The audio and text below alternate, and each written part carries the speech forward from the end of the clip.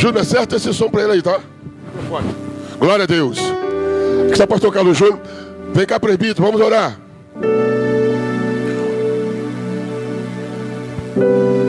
O presbítero Adalberto vai estar orando pelo nosso pregador. Oremos, irmãos. Senhor Deus, nós queremos te agradecer mais uma vez pela chegada do teu filho até aqui, a esta casa. Ó Pai, eu sei que ele tem carregado no seu coração algo que o Senhor depositou, Pai, para nos entregar aqui nesta noite.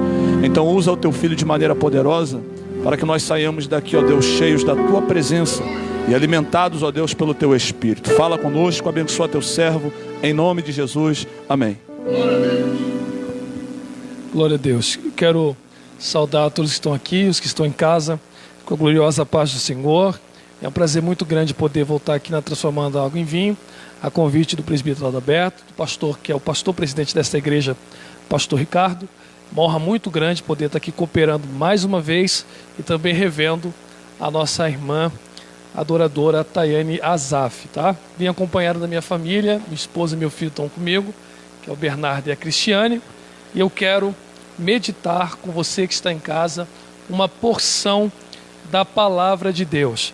Existe um texto que tem falado comigo muitíssimo nesse período aí de pandemia, né, que nós temos enfrentado, e é uma mensagem de fé para nós que estamos passando por esse momento. Tenho tido a oportunidade de pregar em alguns lugares nesse período, né, que o mundo tem enfrentado, principalmente agora o Brasil tem passado, e até tem algumas explicações porque nós estamos aí sempre um pouco atrasados na questão da pandemia, né?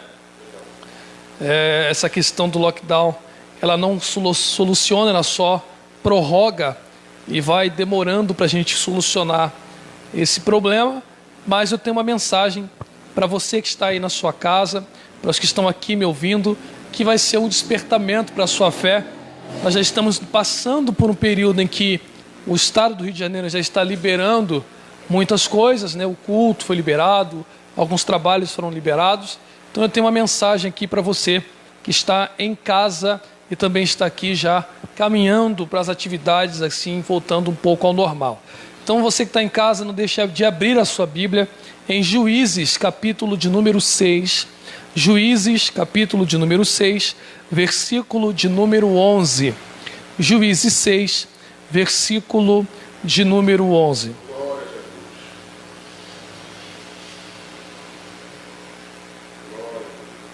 Está escrito: e veio ali um anjo do Senhor e se assentou debaixo de um carvalho que ficava em Ofra, que pertencia a Joás, o Abiesrita, e o seu filho Gideão debulhava o trigo no lagar para escondê-lo dos midianitas.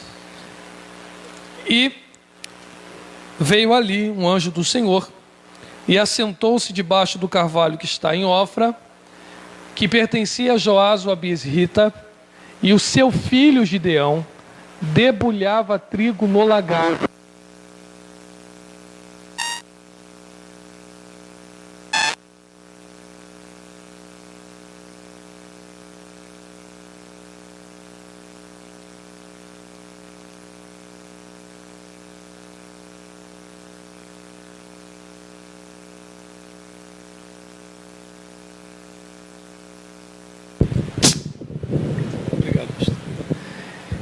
Esse texto que nós lemos é inserido dentro de um contexto de uma extensão histórica aí, aproximadamente de 180 a quase 200 anos.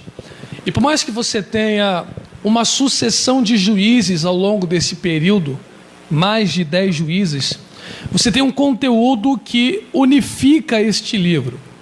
O que está acontecendo no livro de Juízes e por que esses homens, e até mesmo uma mulher, debaixo de unção divina, são levantados em determinados momentos para livrar Israel de um período de cativeiro?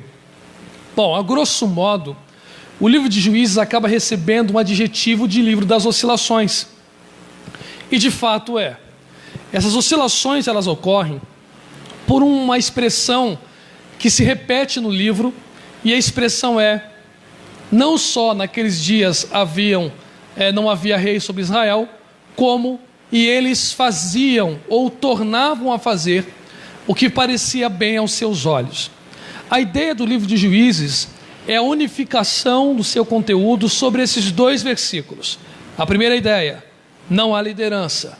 Segunda ideia, a falta de uma liderança direta fazia com que o povo, em um momento de estabilidade, tivesse a falsa sensação de liberdade e cada um fazia aquilo que parecia bem aos seus olhos. Então, quando Israel estava num período de prosperidade, ou que tudo estava indo bem, ou que os cercos haviam encerrados, aí Israel, ou melhor dizendo, os hebreus, viviam bem. E viviam fazendo o que era mal aos olhos do Senhor. Todas as vezes que uma nação se levantava, era para que os hebreus voltassem aos eixos e voltassem a praticar a lei do Senhor. Então, em mais ou menos 180 a 200 anos, a história de Juízes não sai desse enredo. É claro que cada juiz atua num período específico, atua de uma forma diferente, mas o que unifica toda essa história é essa ideia de estar vivendo em Deus e de estar vivendo fora de Deus. Bom, se toda a extensão histórica está vinculada a isso, qual é o período de Gideão? O que está acontecendo com Gideão nesse período, nesse momento, que nós possamos aprender alguma coisa vinculada ao período que nós estamos passando agora de pandemia e que precisamos despertar a nossa fé? Bom, o período de Gideão, para alguns, é o período mais curto dessa extensão histórica de Juízes.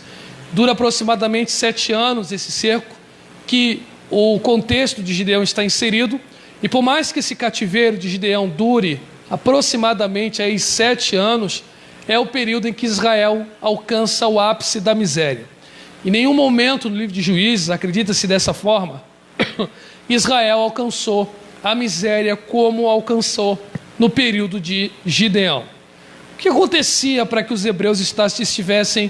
israelitas estivessem em profunda miséria? Primeiro aspecto, existem algumas estranhezas que estão acontecendo na história de Gideão e que são fundamentais para nós aqui entendermos o que está acontecendo e por que Gideão está sendo vocacionado pelo Senhor. Primeira ideia, o texto sugere que não eram só os midianitas que subiam contra Israel, eram os midianitas acompanhados de 2 outras nações, os amalequitas e os povos do Oriente.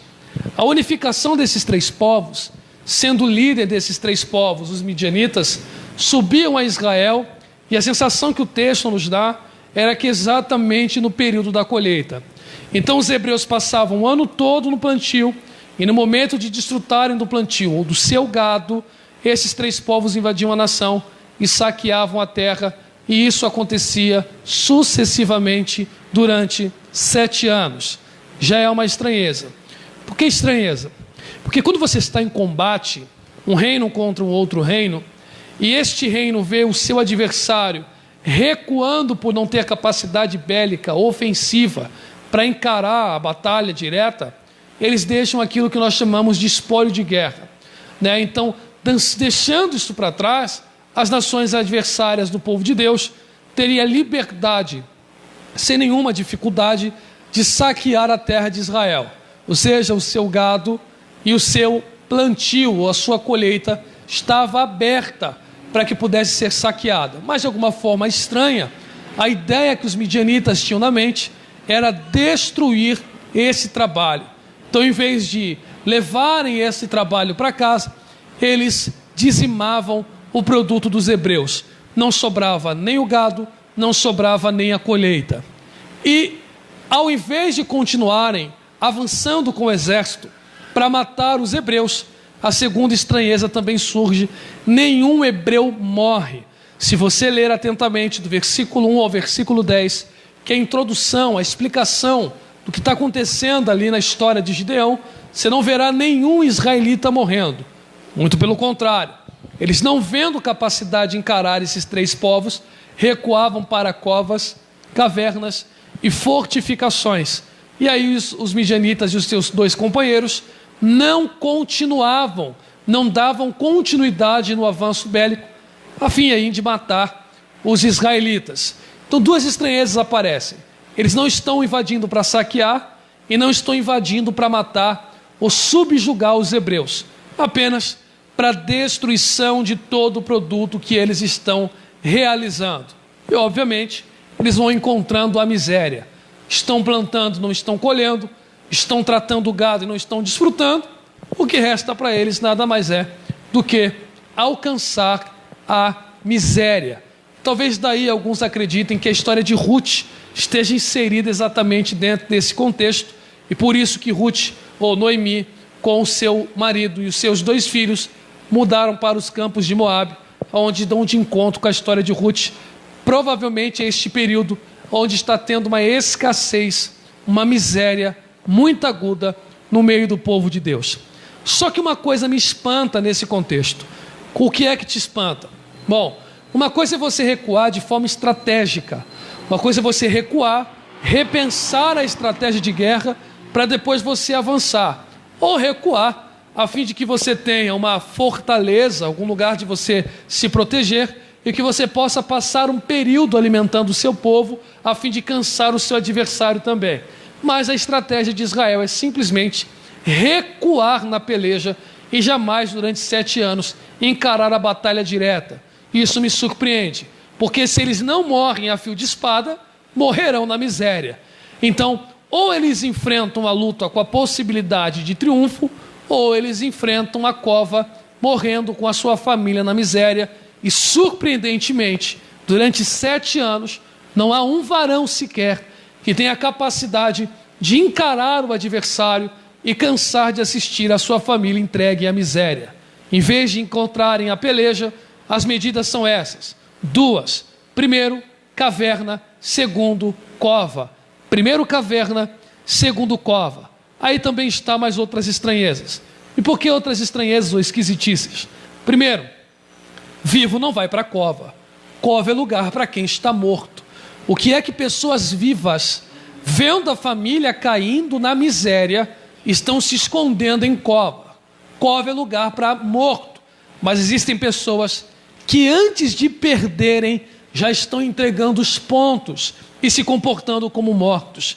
Andam como vivos, mas se comportam como mortos. Estão escondidos em covas. Segunda coisa que me chama a atenção são as cavernas. Caverna é lugar de pressão emocional. Exemplifico com Elias. Elias nunca teve medo de Jezabel. Se você que está me ouvindo acredita que Elias na caverna está desejoso de desistir da caminhada por medo de Jezabel, você está lendo a história de Elias de uma forma equivocada. Ele encarou 800 profetas. Ele encarou o general e os soldados enviados por Acabe. Então, de fato, Elias não está com medo de Jezabel. O problema de Elias é a solidão. É trabalhar, trabalhar, trabalhar e não ver resultado. Quando você trabalha muito e não vê validade ou resultado naquilo que você está se empenhando, a tendência é que você se torne um negligente. E o que é um negligente? É aquele que não dá valor para aquilo que recebeu. Caverna é lugar de quem quer desistir porque a emoção já não está mais boa. Então ele tem tudo para continuar, boa saúde, anda bem, respira bem, seus membros estão intactos, mas a mente está tão abalada que ele deseja aposentar ou abdicar da sua carreira. Então, de duas uma, ou Israel está como morto, ou Israel está com as emoções abaladas. Só que dentro desse contexto, que ninguém está reagindo, existe um que encontra força para reagir, para não ver a família em tempo de crise beirar a miséria. Eu faço uma pausa aqui antes de nós aplicarmos para chamar a sua atenção. Só há um momento na Bíblia que ela nos ordena esperarmos uns pelos outros, que é na Santa Ceia. Quem quer vitória precisa correr atrás dela. Ou você reage, ou é a sua família que vai para a miséria. Ou você levanta a cabeça, dá a volta por cima, porque se você esperar pelos outros, é a sua família que corre risco de encontrar a miséria. Gideão diz: se eu ficar na cova e na caverna, vou morrer do mesmo jeito. É melhor morrer reagindo do que morrer acovardado. É melhor morrer reagindo do que viver acovardado. Só que ninguém pode reagir sem uma estratégia legal. Então, pastor Ricardo, Gideão tem uma estratégia na cabeça.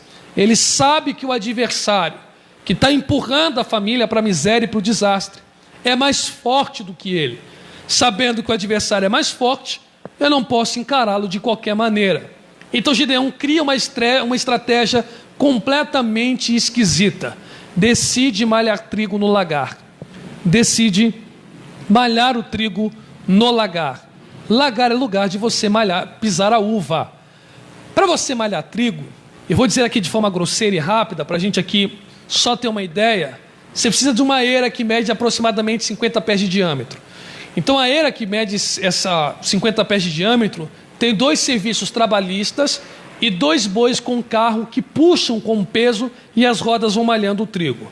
O primeiro serviço trabalhista é o eirador, que vai juntando a palha e o trigo, e depois o cirandeiro, que chacoalha o trigo e a palha na ciranda.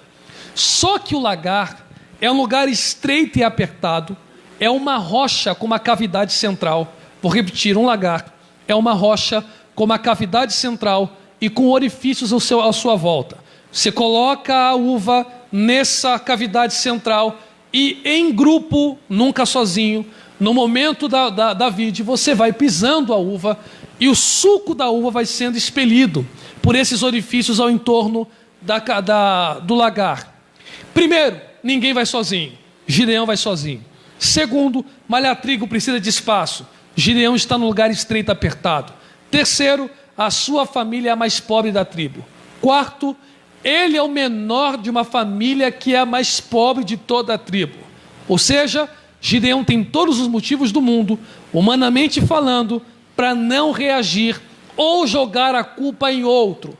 Não consigo porque sou pobre, não consigo porque estou sozinho, não consigo porque o lugar em que vivo é estreito e apertado.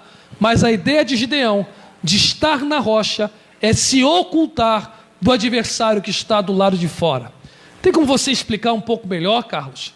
Claro que tem como explicar. Se Gideão vai para o lagar 50 pés de diâmetro, ele é uma vítima muito visível para o seu adversário. Já dentro do lagar, os midianitas passam do lado de fora, mas não conseguem enxergar Gideão, protegido pela rocha, do lado de dentro. Qual é a ideia de Gideão? Eu irei reagir para tirar minha família da miséria, mas fora da rocha, eu sou uma presa fácil. Dentro da rocha, por mais que eu produza, o meu adversário não pode destruir a produtividade de quem está escondido na rocha. É por isso que eu gosto do Salmo de número 91, que começa o Salmo dizendo: aquele que habita no esconderijo do Altíssimo, à sombra do Onipotente descansará. Aquele que habita no esconderijo do Altíssimo, à sombra do Onipotente descansará. Agora continua o Salmo, que você vai perceber que não é um momento de descanso. Praga, peste, mortandade que assola ao meio-dia, seta que voa de dia, tudo que não presta está em direção àquele que está no esconderijo. Mas aquele que está no esconderijo, por mais que tudo esteja caindo, 1000 cairão ao seu lado, 10.000 à sua direita, mas ele não será atingido. A sensação que eu tenho, presbítero Adalberto, é que esse esconderijo é um caminho. Esse esconderijo é um caminho. Por que esse esconderijo é um caminho? Porque 1000 caem ao lado, 10.000 caem à direita, mas ele não é atingido. Então quem está na lateral sempre é atingido, mas quem está em linha reta não é sacudido por as pestes e pragas que são descritas no Salmo. Jesus disse: eu sou o caminho, não só o caminho, mas a rocha aonde nós estamos escondidos. Eu tenho uma palavra de Deus para a sua vida. Eu não sei o que essa pandemia arrancou de você.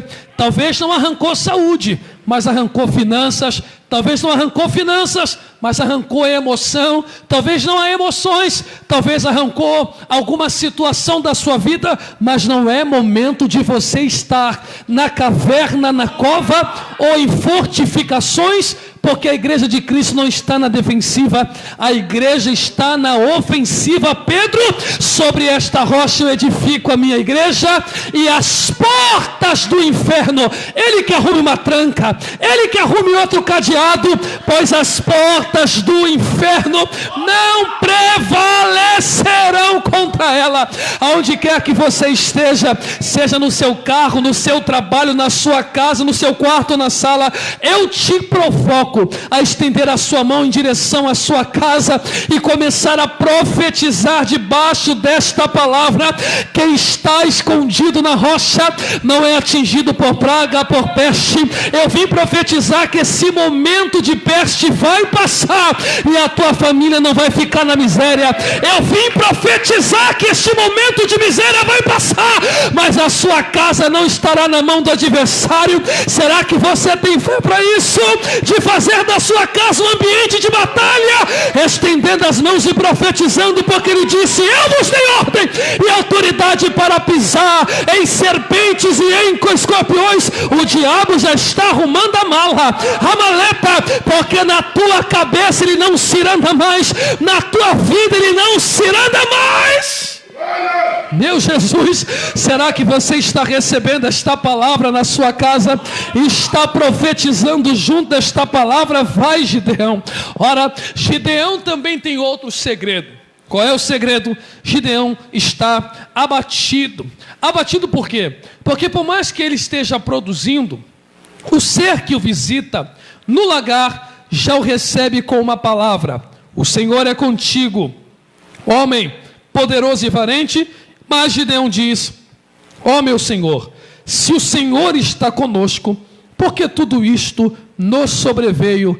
E onde estão todos os milagres aos quais os nossos pais nos contaram, dizendo: o Senhor não nos fez subir do Egito? Agora porém o Senhor nos abandonou e nos entregou na mão dos midianitas. E o Senhor olhou para ele e disse: vai nesta tua força e tu salvarás. Bom, Gideão é confrontado por duas realidades.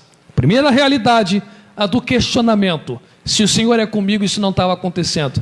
Se o Senhor é com o seu povo, isso não estava acontecendo. Se o Senhor fosse comigo, eu não estava com essa dificuldade. Se o Senhor fosse comigo, eu não estava passando este aperto. Se o Senhor fosse comigo, por que as portas se fecharam? Acredito que quase todos os seres humanos, inclusive eu, já fizemos esse questionamento. Aonde está a resposta do Senhor? Como perguntava Abacuque: será que Deus não está vendo o que está acontecendo? Se está vendo, por que é que não está agindo? Mas Deus não conversa com Gideão. Ele diz: ou você reage, ou você morre no questionamento. Ou você levanta, ou você morre no questionamento. Gideão entende que não é tempo de ficar questionando, é momento de reação. E como é que ele reage? Ele pede um sinal a Deus. E qual é o sinal, Carlos? Olha, se é para eu ir mesmo para esta guerra, eu quero só uma confirmação. Está vendo este velo de lã aqui? Eu colocarei aqui.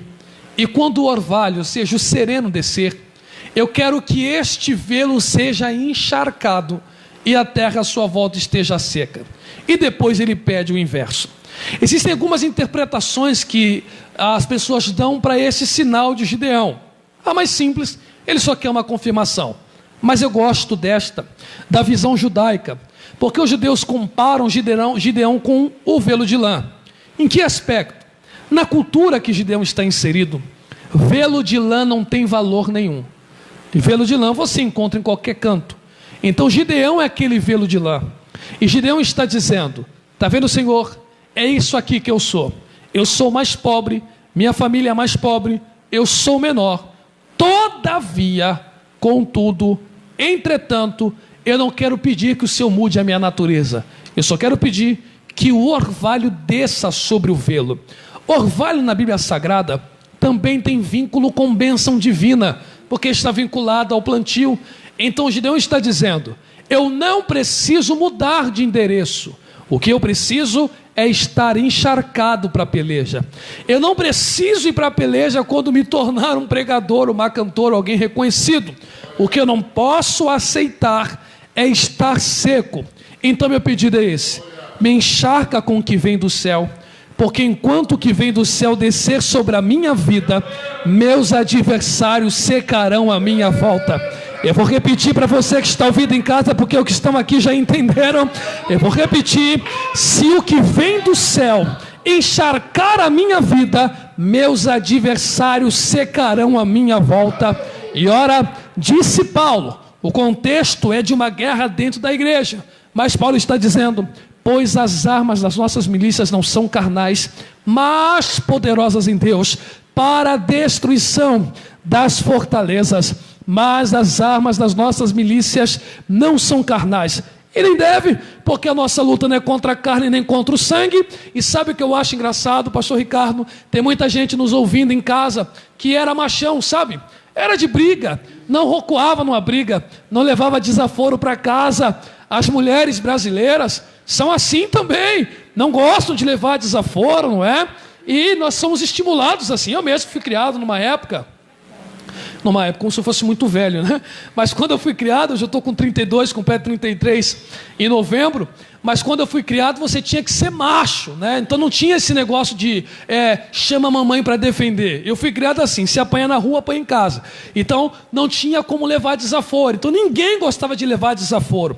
O que eu acho engraçado é que nós perdemos muito tempo da vida brigando contra a carne e contra o sangue, que não é o nosso verdadeiro adversário. Agora que nós estamos na rocha e sabemos quem de fato quer levar a nossa família para a miséria, você está aí desistindo em covas e cavernas, em fortificações, queixoso da vida, porque talvez a sua família seja menor da tribo e você é o menor dentro de casa. Talvez você não esteja reagindo e se fazendo de coitado, mas Deus hoje veio sacudir a tua estrutura e despertar você para essa realidade. Qual é a realidade? Não é na tua força que você vencerá. O próprio texto diz que para que Gideão e os seus companheiros não se gloriassem na força do braço, Deus iria guerrear aquela peleja. Está escrito em Deuteronômio. E o que está escrito em Deuteronômio? Está escrito da seguinte maneira: quando a guerra for maior do que vocês, não temeis, pois esta guerra não será vossa, essa guerra será do Senhor.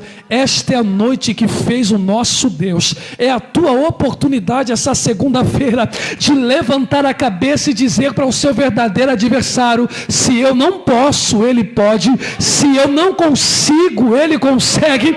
E que Deus faça como fez com Geazi. Talvez pelos olhos carnais você não esteja vendo, mas que Deus destape os teus olhos e você veja que maior é o que está conosco do que aquele que está lá fora. Maior é o que está conosco do que aquele que está lá fora. Eu quero crer pela fé que você não só está assistindo esta live, você está participando desta live. Aonde quer que a minha voz chegue, eu te provoco a levantar a sua mão para receber algo da parte do Espírito Santo de Deus, que me autoriza a profetizar sobre a sua vida.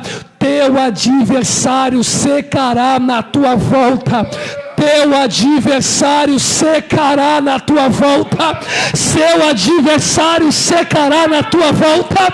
Teu adversário secará na tua volta. Será que você pode abrir a boca e exaltar e glorificar aquele que te encharca do que vem do céu? Já caminho para concluir. Sabe o que é extraordinário, pastor Ricardo? Quando Gideão chega em casa, há um altar a Baal erguido. Eu estou falando do menor, hein? Eu não estou falando do primogênito.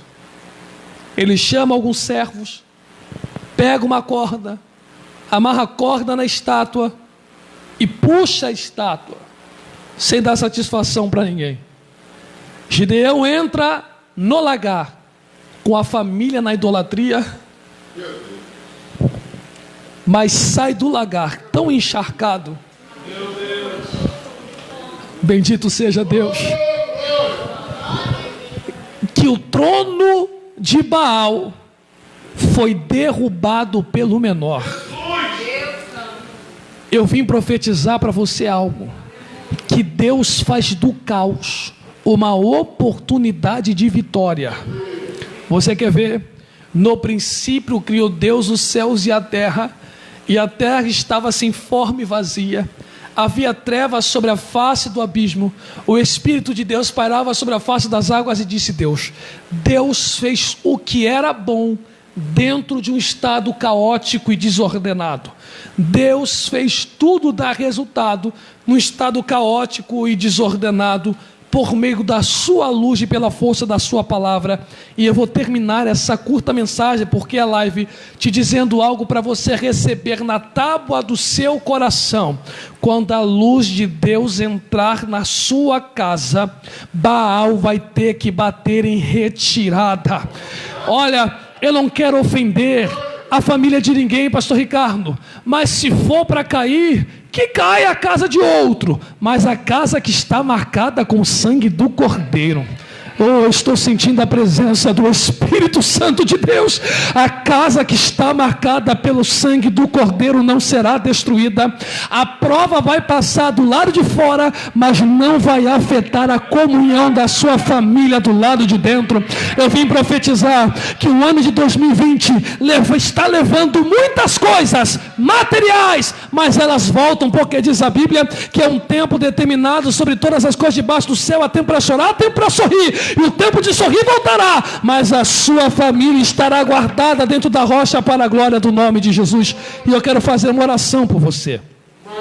Eu quero orar pela sua casa agora. Eu quero orar junto com você agora. Eu quero que você use a sua fé junto comigo, porque juntos somos mais fortes. Feche os seus olhos onde quer que você esteja, onde quer que essa live esteja chegando. Feche seus olhos e ore comigo. Não espere só a minha oração. Você conhece melhor as suas necessidades do que eu. Eu só quero unir a minha fé com a sua, porque diz a Bíblia que a oração de um justo pode muito em seus efeitos. Outro texto ele diz: se vós estiverem em mim e a minha palavra estiver em vós, pode pedir o que quiser e vos será feito. E em outro momento ele disse: se a vossa fé for do tamanho de um grão de mostarda, dirás aos montes, transportem-se para os mares, e eles serão transportados. Eu quero orar com você. Senhor Deus, nós não entendemos, Senhor, de onde esse vírus veio, esse momento que o mundo está enfrentando, Senhor. Muitas famílias estão sendo sacudidas, ó Deus, perdendo familiares, entes queridos, perdendo trabalho, Senhor, perdendo saúde emocional nas preocupações das contas mensais. Somos humanos e frágeis, carentes de fé, porque muitas vezes nos falta, como Pedro andava sobre as águas. Mas nós estamos aqui esta noite, saímos da caverna e das covas para receber de Ti a Tua palavra, Senhor. Nós não queremos assistir a nossa família caindo na miséria, mas nós queremos reagir, Pai. Nos ensina a reagir, nos dê as estratégias corretas, nos mostre um caminho. Nos dê, Pai amado, um plano. Nos mostre uma porta de saída. Tu és o que aplana os montes. Senhor, Tu és aquele que abre caminho no deserto. Tu és aquele que guiou o povo a Canaã. Tu és aquele que fendeu o mar no meio. E nós confiamos a nossa casa e a nossa vida nas Tuas mãos. Faça como fizestes com Gideão. Nos dê um sonho, uma visão, numa canção, numa oração, num versículo bíblico, numa leitura, num devocional, eu não sei. Mas que o Teu anjo nos visite, que o Teu Espírito nos ministre, e que o Teu Filho seja glorificado mais uma vez sobre o Teu povo. Afasta de nós a miséria e a destruição, e que um tempo de bonança possa recair sobre as nossas vidas. E como ministro da palavra de Deus, eu quero profetizar de forma ousada, mas na autoridade do nome de Jesus, que sobre a tua vida, a tua família, a tua casa, o Senhor estará guardando a unidade, a cumplicidade, a unidade, a fidelidade, o amor entre vocês. Que a sua família seja bendita sobre a face da terra, e que em sua família muitas outras famílias possam ser benditas. Eu não sei se os comentários estão ativos. Estão ativos? Será que tem alguém que quer aceitar Jesus enquanto a irmã Tayane se aproxima? Será que alguém que está assistindo essa live quer decidir por Cristo? Chega de caverna, chega de cova, mas fora da rocha não dá. Fora da rocha o inimigo te engole, mas em Cristo nós podemos todas as coisas. Eu posso todas as coisas naquele que me fortalece. Será que alguém aí que quer aceitar a Jesus como seu Salvador? E vou passar para a irmã Tayane, mas se você quiser, escreva nos comentários: eu quero a Cristo, eu quero voltar para Jesus, eu quero renovar a minha aliança, e o Senhor será glorificado na sua vida.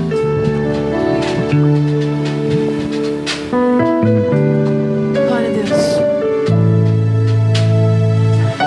Se você está pensando em parar, Deus conhece a tua vida e não vai deixar que você fique no meio do caminho, sozinho e com vontade de chorar. Oh, não pense que o teu Deus te esqueceu. Deus jamais abandonou um filho seu. Vai orando e obedecendo, de unção vai se enchendo, e a vitória em sua vida vai chegar. Reanime sua fé e tome posição. Põe escudo no seu peito, espada em suas mãos. Dê um grito de vitória e deixa Deus agir. O inferno vai tremer, muralhas vão cair. Você vai clamar e Deus logo vai responder. O milagre vai acontecer, você vai ver. Pois o crente mergulhado na unção de Deus é crente cheio de poder. Reanime sua fé e tome posição. Põe escudo no seu peito, espada em suas mãos. Dê um grito de vitória e deixa Deus agir. O inferno vai tremer, muralhas vão cair. Você vai clamar e Deus logo vai responder. O milagre vai acontecer, você vai ver. Pois o crente mergulhado na unção de Deus é crente cheio de poder.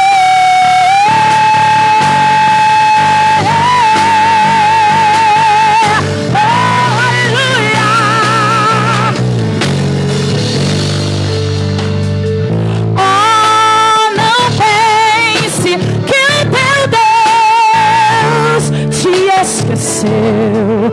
Deus jamais abandonou o filho